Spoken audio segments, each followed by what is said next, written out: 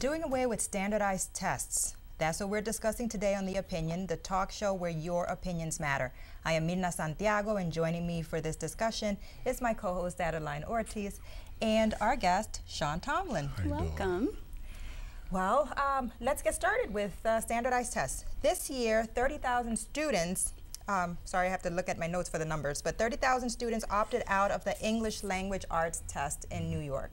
And even more students are expected to opt out of the math tests that are coming up in a couple of weeks.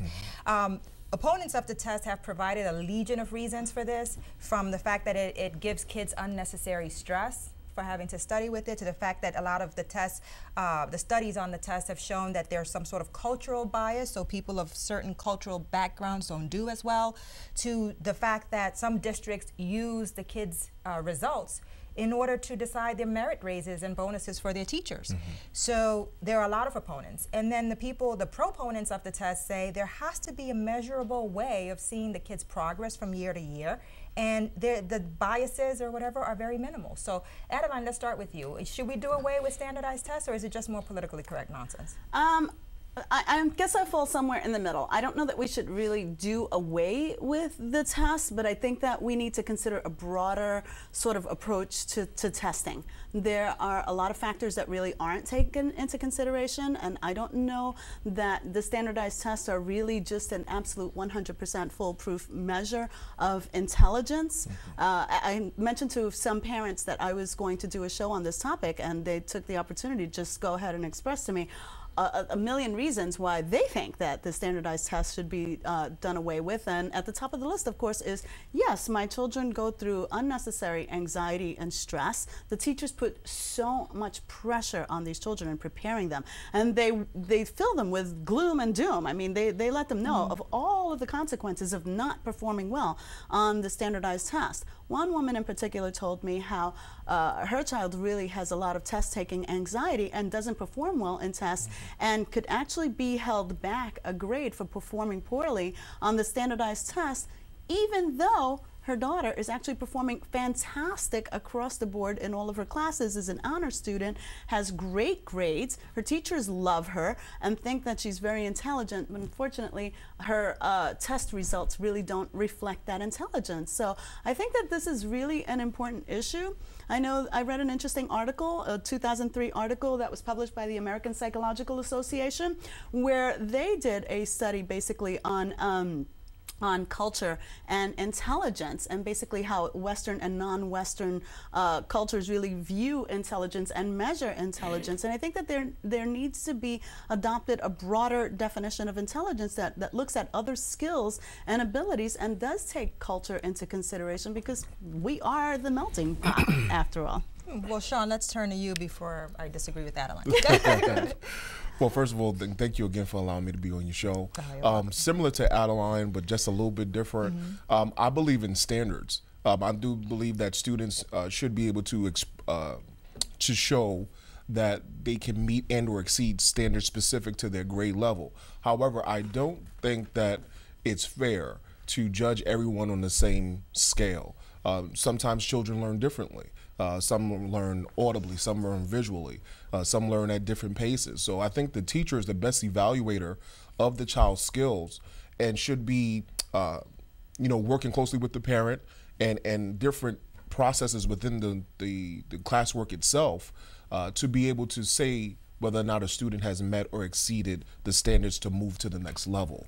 But to the extent that we create a system that everybody has to fit into, and then again, when they learn the material, they're not learning it under the same constraints. They're not learning it under time constraints or the pressure constraints, yet they have to take an abstract learning approach and put it into a timed constraint situation, and I think that's where the anxiety comes from. Also, to the extent that you have a good student, does the homework, participates in class, but then say that they cannot be promoted because of one factor, that does not replicate real life. You see what I mean? We're judged on a broad scale of our work, not necessarily just one particular event. So I don't think it's setting up the right circumstances for the child to be a successful citizen. So I guess that's kind of like around. I want the standards. I definitely need the standards, and we cannot sugarcoat whether they're you know, African American, Latino, doesn't matter. We cannot shield them from certain pressures, but at the same time, put them in a position to be successful. And I think that's our obligation as educators. That I kind of agree with, that what you're saying, that the kids should be allowed to move forward if they've done well year round and they happen to fail that one test, because then you do have to see that there's probably a problem there with just the test taking skills. But my understanding is that most schools do take that into account. They do understand that some kids suffer from undue stress during the test taking season, and they'll consider the other grades, the other factors, and try to figure out why is it that this kid didn't do well. Now, my problem is that these tests really do not gauge intelligence. So I know you mentioned, you know, intelligence, but they're not. They're testing for one specific area. So I don't think it's bad to have standardized tests. To me, taking away the standardized tests is akin to those, you know, the kids' leagues, the sports leagues, where they don't keep score. Or, you know, everybody gets a little trophy at the end of the season, even though, you know, just for participation. Well, you know what? Life keeps scores. Life keeps scores. You have to take tests to move forward in life. You have to take a driving test, for crying out loud, you know, to be able to drive a car. I don't want to go to a doctor who hasn't passed a board certified examination. I don't want that. I don't want to go to a lawyer who hasn't passed the bar. Life takes tests. So even if your little pudding, for instance, is not going to be, you know, a lawyer or a doctor, there are going to be measurements in that child's life. So even if they're picking up garbage, for crying out loud, you don't think that they're going to be told you have to go to X number of houses, you have to pick up X number of cans? That, you know, it's unrealistic for us to tell our kids, oh, we're going to do away with standardized tests so it doesn't give you stress, but the rest of life has stress. The rest of life has scores. Absolutely, but they have they also have a lifetime. You know, they have a lot of years where they get to learn how to manage that stress. And let's face it, a lot of adults come into the professional workforce and out of college, and they've never really learned how to manage stress. So this is really important, and it really does matter when it comes to you know, young children taking exams. I mean, I taught college level courses for 8 years, and I can tell you, I've had students who were exceptional in class. They were positively brilliant. Their answers were on point. They always contributed to class discussions. I knew that they were doing the work. I knew that they were doing the reading. I knew that they had put a lot of effort into it, and yet time and again they'd bomb the exams, and I'd say, this cannot possibly be the same person. And of course, it was because they had such test-taking anxiety that they had not managed, that they couldn't perform well on the test, and they would tell me the same thing all the time. My mind just went blank. So literally to the point that before midterm exams, I started bringing in school counselors to do test-taking anxiety workshops with my students to get them to calm down. Now, these were college students. These were college students, 18, 19, 20 years old. And you're talking about putting that same kind of pressure on third graders, fourth graders, telling them, you're going to summer school. You're going to be left back if you don't perform well on this ELA, if you don't perform well on the math exam. And of course, you're saying, well, you know, they're only very specific areas. There are really not a lot of areas. Well, actually, I think that there should be more areas. It should be a broader, more inclusive sort of testing, because testing a kid in ELA, especially a kid who speaks English as a second language, is not going to be an accurate measurement of that child's intelligence. And yet it's punitive. It looks for, well, they actually are, because again, there's this really interesting article called The Geography of Thought by a University of Michigan professor who discusses some of this, and again, he looks at the comparison between Western and non-Western cultures and how we look at intelligence and how we look at our you know, taking tests and measuring for intelligence. And he found some really fundamental differences between Western and non-Western cultures, specifically that in Western culture, we really look to categorize people and to punish them for not performing well. So as you mentioned, Shaun, you know, you're not getting that promotion, you're not moving forward.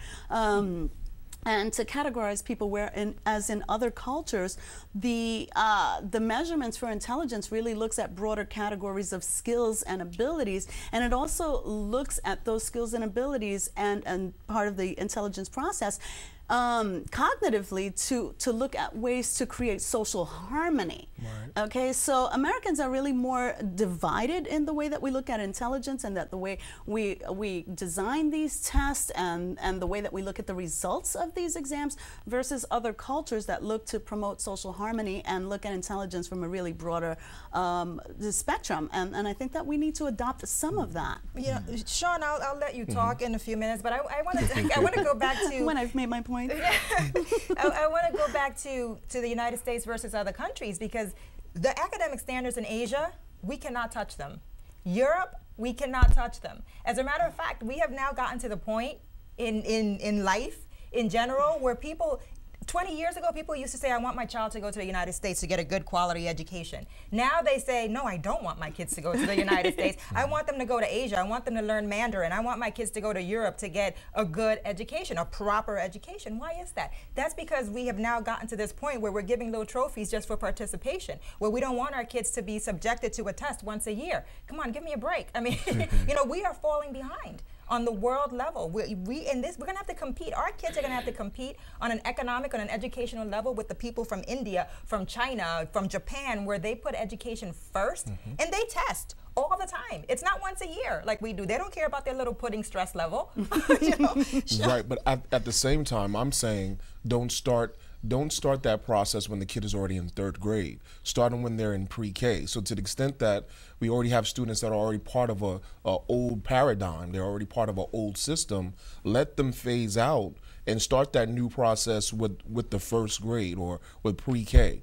But I think to take a fifth grader who's been used to a system now and try to tell them to just totally negate that whole system and reboot yourself like a computer, it just doesn't happen, because we're creatures of habit.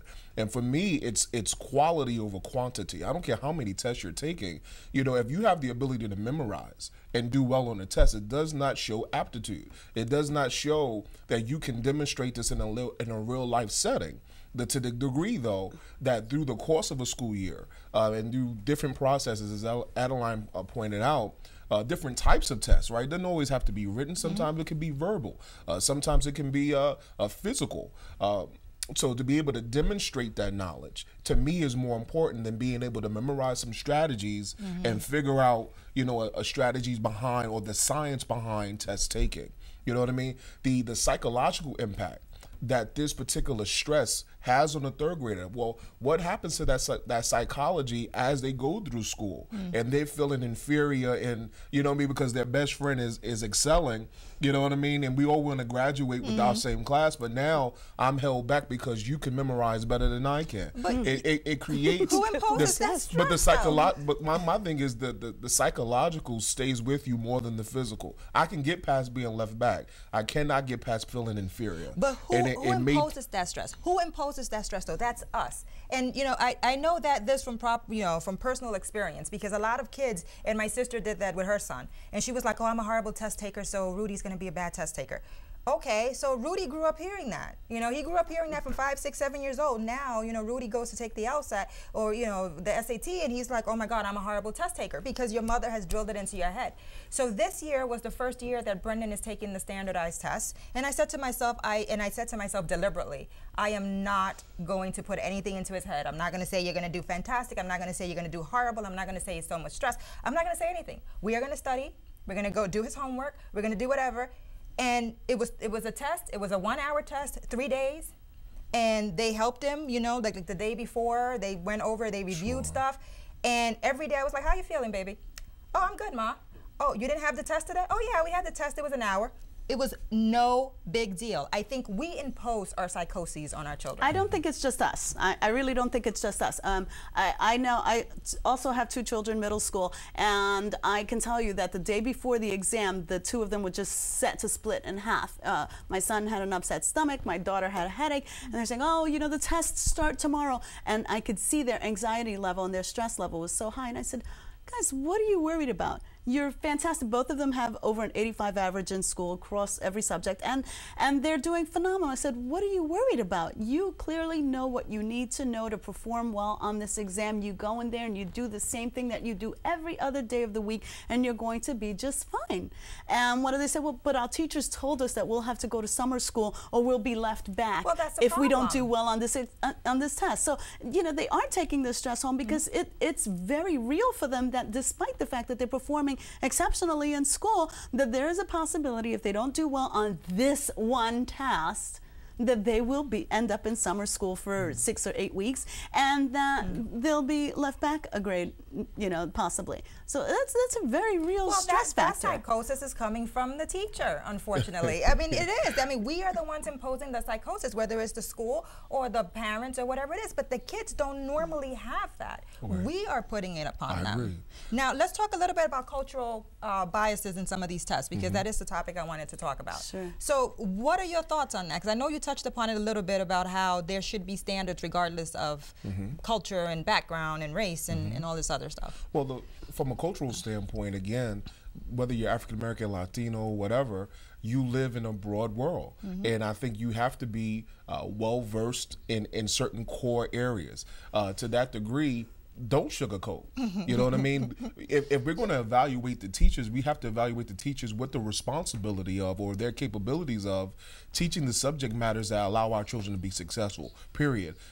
Race and or gender don't come into play. It's about, can the teacher, can the educator transfer the information to the child that allows them to be the productive citizen, irregardless of the cultural aspect. When you go back to the South Bronx, when you go back to Jamaica, Queens, or wherever you might be from, you live in that reality, but the world is bigger than that, than your block. The world is bigger than your neighborhood. And so the job of the educator is to prepare that child for the world aspect. Well, the problem is that our educational institutions, I mean, I live in New York City, and I can tell you, our educational systems are crumbling. They're absolutely falling apart. There are children in classrooms with subjects who don't even have textbooks, don't even have, you know, worksheets that they could use every week. So you're saying, well, gee, you know, we shouldn't look at these other factors, whether you're growing up in poverty, whether you're growing up in, you know, in a poor community, in a minority household, and all of these things.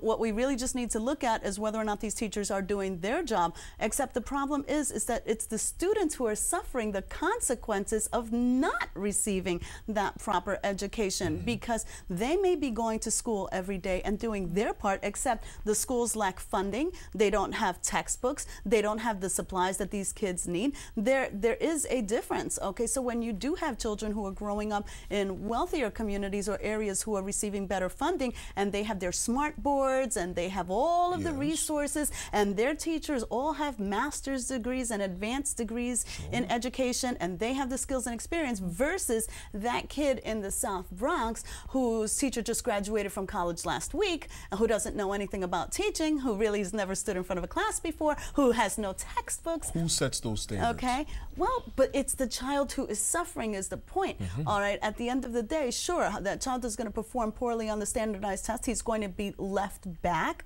Okay, he's going to go to summer school. It's not the teacher. The teacher's going to get another chance to teach next year, most likely. Okay, because the school understands these dynamics and these factors that they're operating under. But let's be honest, though. I mean, these tests are basic tests. They're like reading comprehension. They're, you know, writing a little paragraph. We're not asking the kids to deconstruct Einstein's theory of relativity. Come on. I mean, these are basic tests. And I'll tell you something else. I came from Honduras when I was 6 years old, all right? And I went to the South Bronx, the projects, right? 169th Street and Washington Avenue in the South Bronx, okay? English was my third language, not second, third language. Ask me if I aced those standardized tests, girl. So it just wasn't an issue, and it shouldn't be an issue. A kid who's ready to focus, who's ready to learn, will do it regardless. The teachers, my sister worked on 164th Street, also in the South Bronx, and she used to print out stuff every day because, you know, some of the textbooks were missing pages or whatever. How about that? And she would print stuff out, and sometimes she wouldn't get reimbursed, but she was like, you know what? These kids are going to learn regardless. I'm going to teach them what I came here to teach them. So, I mean, it can be done. And a lot of kids from these poor neighborhoods and from these, you know, the ghettos and whatever that I came from, you know, they can excel. Well, but again, I mean, look what you just said. You said your teacher actually, out of her own pocket, went and photocopied missing pages from textbooks to make sure that all of the children have it. I mean, this is someone who was so personally invested in the success of her students or his students and wanted them all to succeed. We don't have that same spirit of teaching today. These teachers are being, beat up. They're asking to do more for less money, with less resources, with more difficult populations. They're dealing with children with a myriad of issues coming from homes where there are drugs, missing parents, abandonment issues, parents who are incarcerated, domestic violence, you name it. So You're getting all of it. Well, no, we shouldn't test those kids? Of course we should test them. What I'm saying is that the teachers aren't as invested, that some of them have just come to a point in their careers where they just throw their hands up and say, there is nothing I can do to help this kid, I'm done. I think in fairness, anytime you create a standard, it lifts some up and it crushes others. So all I'm saying is I agree with you to the extent that there has to be standards, again. But at the same time, I think the testing or the comprehension of those standards or the work needs to be better demonstrated or put to the students. That's all I'm saying. I'm not against the standard itself, right? But at the same time, the way we evaluate that student has to be taken into consideration. I'm not against testing either. I just think that we need to have a broader, more inclusive definition of what it means to do intelligence testing. You mentioned other countries. Other countries, yes, they do more testing, but they also consider those other factors, the cultural factors, the cognitive processes. So, it's not about less testing. It's more intelligent testing.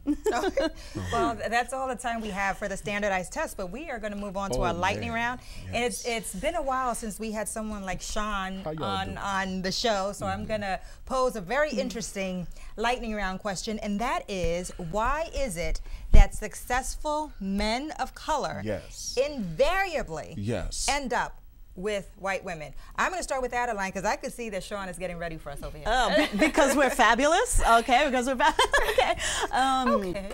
Yeah, so, no, I mean, of course, I'm Hispanic, I'm Latina, but, most people who meet me when they see me don't think that I'm Hispanic. They probably think I'm everything before that. No, but honestly, I think that if you're a successful minority, there are probably two reasons that you end up with a white person versus another minority. And I can tell you, probably the lack of availability of other successful minorities is at the top of that list. I mean, I've worked with... I disagree. Just wait your turn to disagree. Right. Okay? I've worked in Fortune 100 companies, and I can tell you that as a female Hispanic professional, you know who the other minority professionals in the company are. It's like, oh, Jose from the mail room, and then there's that really cute black guy in accounting. I mean, literally, you can pick them out. You can pick them out, from your hand. And this is a Fortune 100 company, with thousands and thousands of employees, and you actually know where to find the other minority professionals within it. It's very sad, but it's the reality. And so I think that if you are a successful minority, finding other successful minorities to connect with and to partner with, it becomes slim. And I know that many of my successful minority female friends are married to, or dating blue-collar men, and for the same reason, is because they're really just not as available. No, I gotta go back to that. Why a black man would date a white, a white woman, a successful black? I think there is really just a matter of, trophy. It's almost like a trinket. It's like it becomes like a status symbol, like the BMW, like a nice piece of jewelry. You just got to have it. It's not even about intelligence or being with another successful woman, because most of the times they're dumb as a doorknob and half your age. Okay, but it's because it's like that nice piece of jewelry. It's that BMW that you have to have. Is that white woman on your? We have to hear what Shaun has to say on this. Go ahead, Shaun. Where's my camera? What camera I'm on? Camera one? Listen to me. I guarantee you've never heard this type of explanation. And again, I want to preface all of this by saying there's probably no one right answer, right? But this is my theory. It's a little abstract, but I want y'all to work. Are you close in? Good. All right. Here's what I think. Here's what one of my many thoughts. I think that the absence of the male in the African-American household has played into the shaping of and or the connection with Caucasian women. Now, How so? And I'll show you. Okay. Now, I'm a young man. I played basketball in the University of Maine, Fort Kent. How y'all doing? All right. And so I've dated white women. I've dated Latinas. You know what I'm saying? I married a black woman. All right. So here's the thing. Because of the absence of the male, because of the absence of the African American male is gone from the house, it has caused women to become strong. Right? It's caused the African American woman to become dominant. Okay? And so the African American male, he is still trained to be dominant. So now you have an individual who's trained to be dominant and a woman who's learned to be dominant. And because this African American woman, I don't need a man, I don't want a man, and so forth and so on, right? Not saying that they all harbor that attitude, but they've had to develop the skill of doing what they've had to do to survive. To that degree, she doesn't necessarily need him when she begins to blow up, for example. All right? And so what happens is the gender roles get mixed. Right? Because again, what she would traditionally fit into in terms of being supportive of a mate, being submissive, being all those things, she has learned not to be that. And so here we go. Why we need to be submissive, though? Again, I'm talking about from a traditional standpoint, right? Because again, how I was reared to be the alpha male, but she's learned to be the alpha female. You follow? Yeah. All right, y'all stick with me now. This is going to be perfect now. Now listen. And so what happens is, once we get to a point of affluence, right? Now I am looking for, because now I'm on the top of my hill, and I'm looking for that person that can support my strength in her weakness, right? But her weakness is still strength. You follow what I'm saying? And that's typically not what you're going to find with an individual, whether it be African American female, who has learned to be dominant. And so I become somewhat of a trophy. You're absolutely right. Because connecting myself, because I've worked hard to get to this level in business, I now want to connect myself with somebody that can help me sustain that. And if I cannot find that in my own nationality, absolutely. She owned a Honda dealership. Come on, talk to me. You understand what I mean?